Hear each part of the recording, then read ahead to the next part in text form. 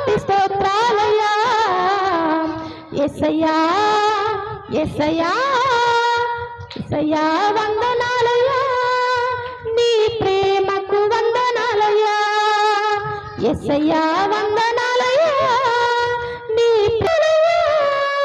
నీ దయచేత శిక్షను తప్పించినందుకు కోట్లాది స్తోత్రాలయ్యా నీ చేత శిక్షను తప్పించి కోట్లాది స్తోత్రాది వందనాలయ్యా నీ ప్రేమ నాపై కురిపించినందుకు కోట్లాది స్తోత్రాలయ్యా నీ జాలి నాపై కనపరిచినందుకు వేలాది వందనాలయ్యా నీ ప్రేమ నాపై కురిపించినందుకు కోట్లాది స్తోత్రాలయ్యా వందనాలు వందనాలయ్యా శతకోటి స్తోత్రాలయ్యా కాపాడినందుకు వందనాలయ్యా నన్ను రక్షించినందుకు పోషించినందుకు కాపాడినందుకు వందనాలయ్యా వందనాలు వందనాలయ్యా శతకోటి స్వరాజ్యములు చోటించినందుకు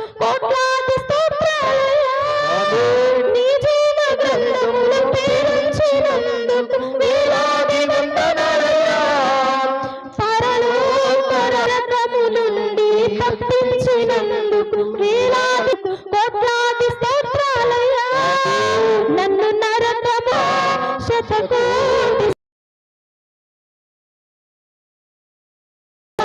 యేసయ్యా యేసయ్యా వందనాలయ్యా నీ ప్రేమకు వందనాలయ్యా నీ ప్రేమకు వందనాలయ్యా నీ ప్రేమకు వందనాలయ్యా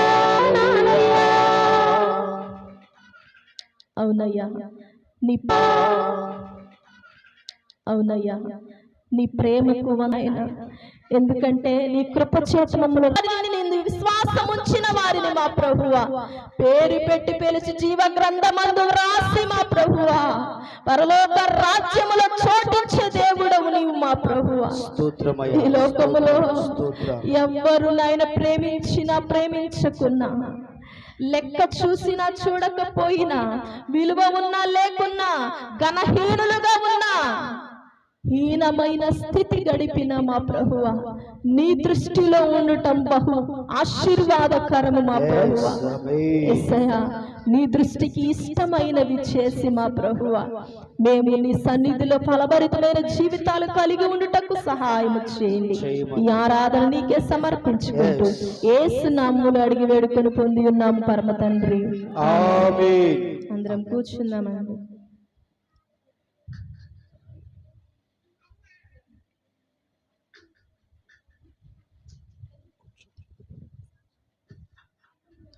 సాక్ష్యాలు కలిగిన వారు ఉన్న ఎడల క్లుప్తంగా సాక్ష్యాలు ఇచ్చి దేవుని నామాన్ని మహిమపరచవలసిందిగా ప్రోపరేట తెలియజేస్తా ఉన్నా.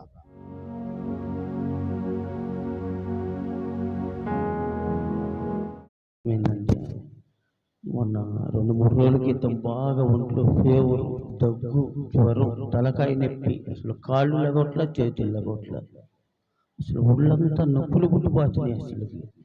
సరే నాకొక్కడికి కాదు, ఇంట్లో మొత్తం మా అమ్మాయికి మా ఆడవాళ్ళకి అందరికీ ఒళ్ళంతా నొప్పులు, ఒకటే జలుబు, ముక్కులో మట్టి అసలు వినపడతల్లా చెవులు కూడా. సరే అని చెప్పాను, ప్రభా మరి హాస్పిటల్కి వెళ్దామని అనుకున్నాం. వెళ్తాం నా కొట్లో బిల్లలు అవి చేస్తున్నాంలే కానీ అట్లా గట్లా మరి ఏంటన్నప్పుడు ఏంటంటే ఏం లేదు, ఇంటికాడ బాగోలేదంటే ప్రార్థన చేద్దాంలే. సరే పాస్టర్ గారు వచ్చేటప్పటికి నేను వెళ్ళేటప్పటికి పాస్టర్ గారు వచ్చి వెళ్ళిపోతున్నాడు. సరే అలా జరుగుతుంది. మరి ఫోన్లో ప్రార్థన చేస్తా అన్నా, నేను రాగానే నువ్వు ఉండలేదు. మరి మా కుటుంబం గురించి ప్రార్థన చేశాడు, మరి దేవుడు స్వస్థత ఇచ్చాడు.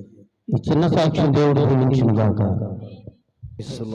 సర్వశక్తికి దేవుని నామానికి మహిమ కలుగును గాక. చక్కటి సాక్ష్యం ఇచ్చిన ప్రియులకు హృదయపూర్వక వందనాలు. సమయం ముందు దేవుని వాక్యం వైపు మనసు పెడదాం. మనల్ని చూస్తున్న దేవుడు, మనల్ని గుర్తిస్తున్న దేవుడు, మనల్ని బలపరిచే దేవుడు, భద్రపరిచే దేవుడు. మన జీవితాలకు ఏం అవసరమో, మనకేం అవసరమో అవి మనకి ప్రేమించి మనకిచ్చే దేవుడు. అంత గొప్ప దేవుని సన్నిధిలో ఉన్నాం.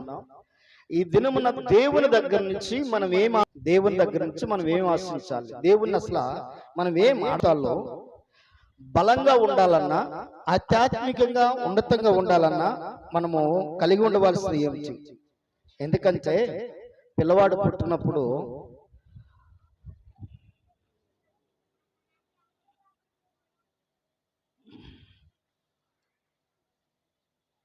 ఆ పిల్లవానికి మంచి ఆహారం ఇవ్వకపోతే, మంచి బలమైన ఆహారాన్ని ఇవ్వకపోతే ఆ పిల్లవాడు ఎదుగుదల ఉండదు. ఈ దినం నా క్రీస్తుని కలిగిన ప్రభు సన్నిధికి వస్తున్న మన జీవితాల్లో రెండు ప్రాముఖ్యమైనవి దేవుడు ఒక భక్తునికి ఆ రెండిటి విషయమై చెప్తున్న మాత్రం ఒకసారి జ్ఞాపకం చేసుకుందాం. చదవండి, మొదటి రాజుల గ్రంథము 17వ అధ్యాయము 4వ వచనం. మొదటి రాజుల గ్రంథము 17వ అధ్యాయము 4వ వచనం. ఆ వాగు నీరు నీవు త్రాగుదువు,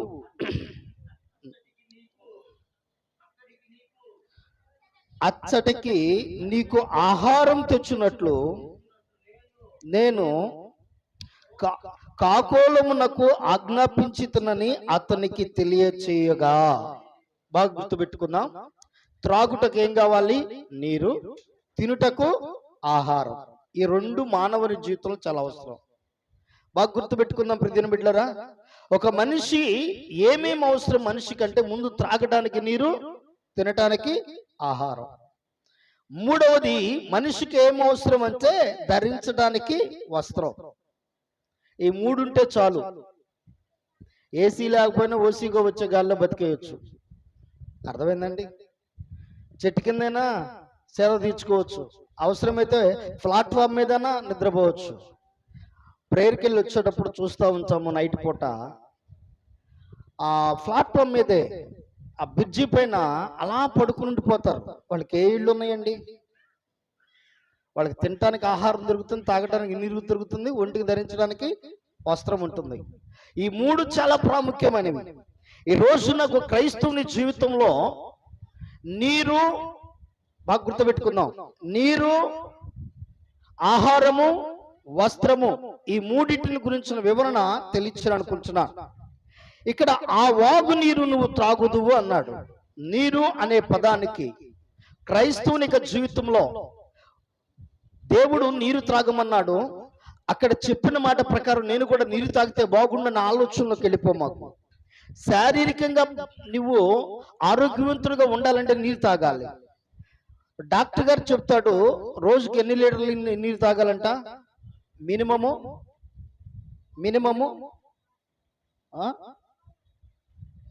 చెప్పండి. 4, మినిమము 5 లీటర్లు, కంపల్సరీ 5 లీటర్ల నీళ్ళు తాగాలి ఎప్పుడు ఆరోగ్యంగా ఉండటానికి. ఎందుకు అంటే, నీరు ఎందుకు అంటే బాగా గుర్తుపెట్టుకోండి, కొంత బలమైన ఆహారం తిన్నప్పుడు ఏమైందంటే ఆ పులితేపులు రాక వస్తాయి. ఎప్పుడైతే నీరు తాగడం ప్రారంభించామో ఆ ప్రాబ్లం ఉండదు అక్కడ. కారణం ఏంటి? లోపల మనకి మిషన్లు ఏమి ఉండవండి. బాడీలో ఏ మిషన్ ఉండదు. ఆహారానికి గ్రైండర్ వేసి తిప్పే మిషన్లు ఏమి ఉండవు. లోపల ఏమి రిలీజ్ అవుతుందంటే, నువ్వు తిన్న ఆహారము అది అరించడానికి ఒక యాసిడ్ రిలీజ్ అయింది. ఏమైంది? యాసిడ్ రిలీజ్ అయింది లోపల. మన ప్రేగుల్లో యాసిడ్ ఒకటి రిలీజ్ అయిందండి. ఆ యాసిడ్ ఎంత డేంజర్ అంటే, ఆ రిలీజ్ అయిన యాసిడ్ని తీసి ఇలా పైన వేసామనుకో, చర్మం పైన వేసామనుకోండి, ఈ ఫ్యాంట్ కాలి, లోపల ఉన్న తొడకాలి, లోపల ఉన్న మాంసం కాలి, దాని లోపల ఉన్న ఎముక కూడా కాలిపోద్దంట. అంత డేంజర్ అంట అది. అందుకని కొన్నిసార్లు మనం ఎముకలు తిన్నా ఏమవుతాయి? ఎముక మింగేసామన్నా అరిగిపోతున్నాయి. కారణం ఏంటి తెలుసా? లోపల ఏదో మిషన్ లేదు, యాసిడ్ రిలీజ్ అయింది. ఈ యాసిడ్కి ఏం కావాలంటే వాటర్, అరుగుదల కోసం ఏం కావాలి? వాటర్ అందించాలి. కనుక ఈ దినాన దేవుని యొక్క సన్నిధిలో నీ ఆధ్యాత్మిక జీవితంలో నీరు అనే పదాన్ని బైబిల్లో దేవుడు దేనికి సంబోధించాడో, ఏ విధంగా బైబిల్లో దేవుడు చెప్తున్నాడో ఆ నీరు అనే పదాన్ని గురించిన మాట చూసినట్టయితే, విలాప వాక్యములో 2వ అధ్యాయము 19వ వచనం. విలాప వాక్యములో 2వ అధ్యాయము 19వ వచనం. ఓ క్రైస్తవుని జీవితంలో ఉండవలసినవి క్రీస్తుని కలిగిన వారి జీవితంలో ఉండవలసినవి ఏమేమి ఉండాలి? నీరు, ఆహారము, వస్త్రము. ఈ మూడింటిని గురించి చూస్తూ ఉన్నాం. మొట్టమొదటిగా నీరు. ఒకసారి చదవండి విలాప వాక్యంలో 2వ అధ్యాయము 19వ వచనం. నీవు లేచి రేయి మొదటి జామున మొరపెట్టుము, నీళ్లు కుమ్మరించున్నట్లు ప్రభు సన్నిధిని నీ హృదయమును కుమ్మరించుము. ఆమేన్. నీళ్లు అంటే ఏం చేయాలా? ప్రార్థన చేయాలా.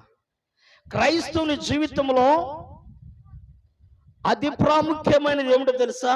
ప్రార్థన. ప్రియ దేవుని బిడ్డలారా, దయచేసి గమనించండి.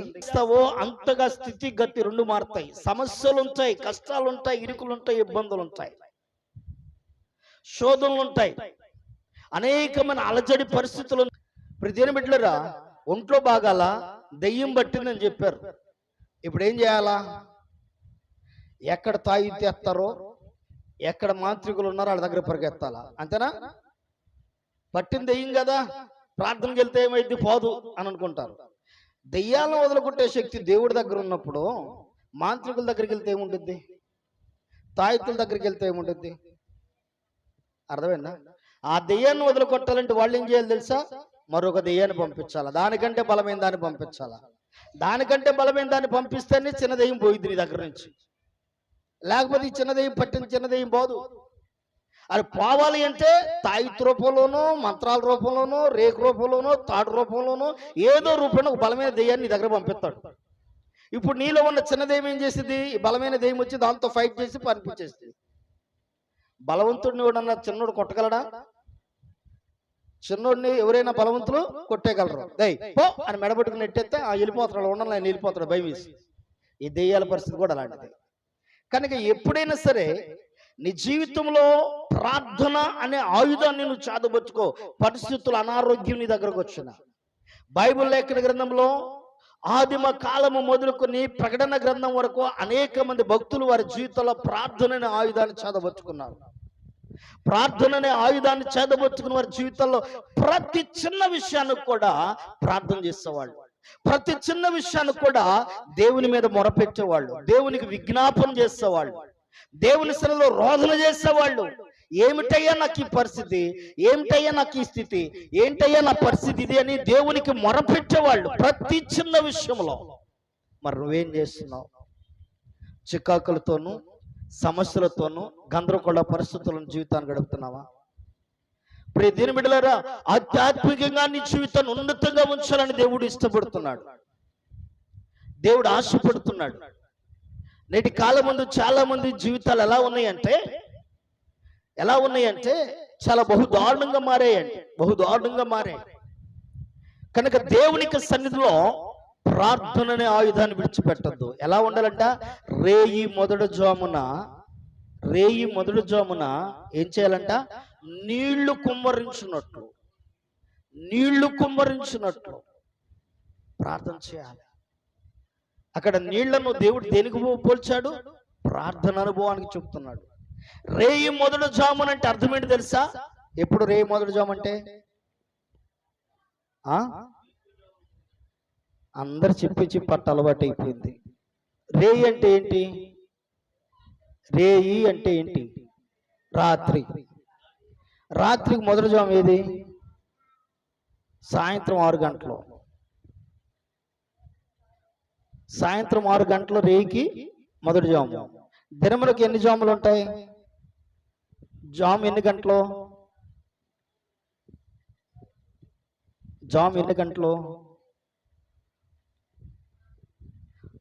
ఎన్ని గంటలు జాము చెప్పండి. 8 జాములు ఉంటాయి రోజుకి.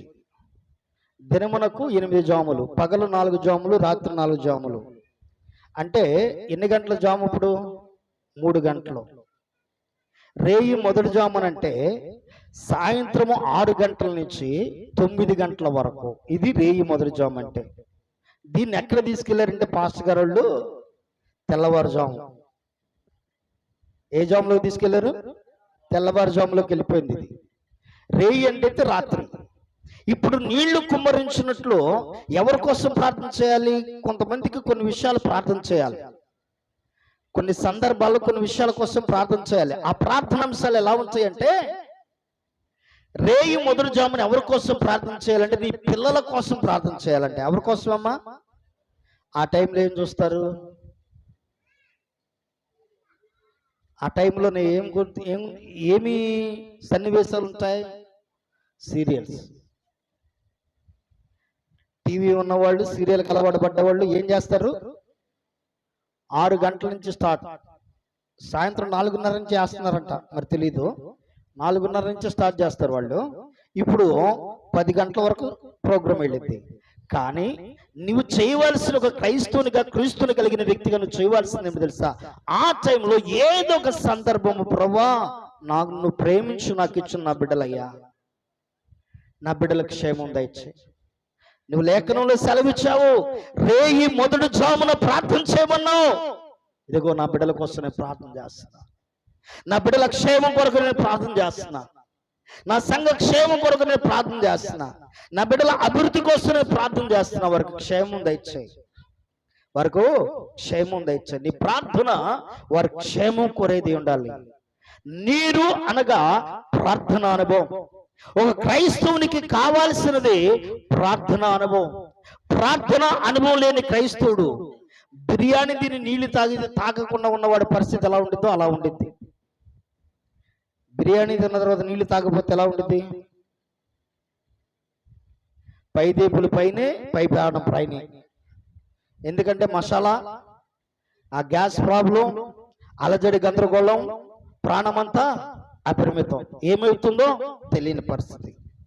కనుక బిర్యానీ తాగి నీళ్లు తాగిన తర్వాత కొంచెం సేపటికి నీళ్లు తాగినా ఆ వ్యక్తి ప్రశాంతంగా ఉండగలడు. నీరు తాగకపోతే పరిస్థితి ఎలా ఉంటుందో ప్రార్థన లేని వారి జీవితం అలా ఉంటుంది. కనుక ఒక క్రైస్తవుని జీవితంలో, క్రీస్తుని కలిగిన వారి జీవితంలో ఉండవలసిన అనుభవం ఏంటో తెలుసా? ప్రార్థన అనుభవం ఉండాలి. ఏ అనుభవం ఉండాలండి? ప్రార్థన. నువ్వు ఎంత ప్రార్థన చేస్తావో లిమిట్ లేనిది ప్రార్థన. సమయము లిమిట్ లేనిది దేనికి తెలుసా? ప్రార్థనకి. అర్థమైందండి? ఈ గంటే చేయాలి, ఈ గంట చేయకూడదు, ఇప్పుడే చేయాలి, ఇప్పుడు చేయకూడదు, రాత్రిపూట చేయాలి, పగలపూట చేయకూడదు అనుకోవడానికి లేదు. లిమిట్ లేనిది ఏదైనా ఉంది అంటే ఏంటిది? దేవునితో గడిపే సమయం. ఎంత అన్లిమిటెడ్ అన్నమాట, ఎంత సమయమైనా గడుపుకోవచ్చు. కనుక ఒకటి ప్రార్థన అనుభవం. రెండవది, అచ్చటికి నీకు ఆహారము తెచ్చున్నట్లు. ఏం తీసుకొస్తాడంట?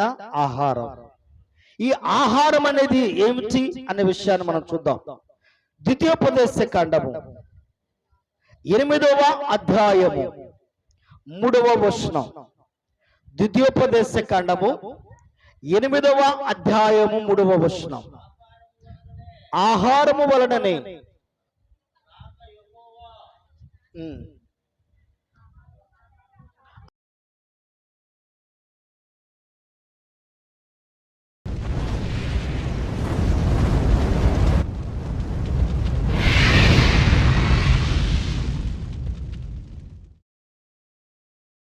you Happy New Year. I wish you Happy New Year. Wish you Happy New Year.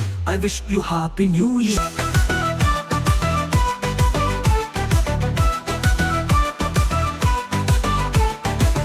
Shri యేసు గీతాలతో, హల్లెలూయా స్తోత్రాలతో సాగిపోయేదము నూతన వత్సరములో.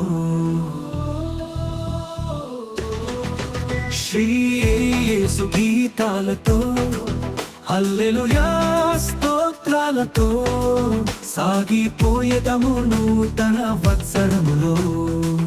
Wish you Happy New Year. I wish you Happy New Year. Wish you Happy New Year.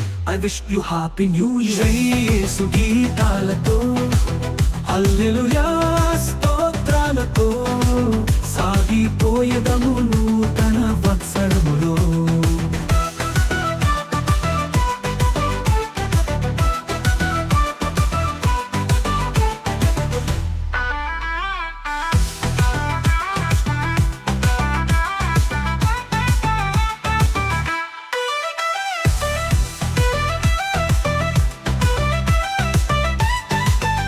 పాపమును విడిచి లోకాశలను జయించి విజయ గీతాలతో ప్రభు యేసుని ఆరాధింప.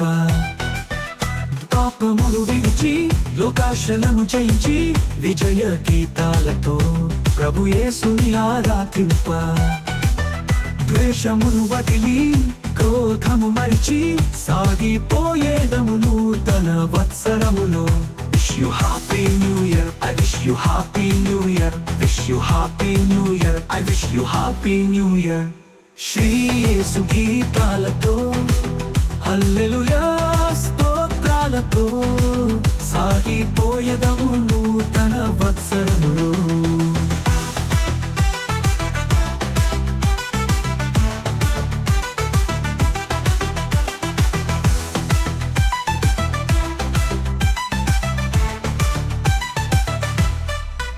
సాతానును ఎదిరించి శాశ్వత జీవముకై రక్షణ వస్త్రము ధరించి జీవవాక్యము చేత పట్టి.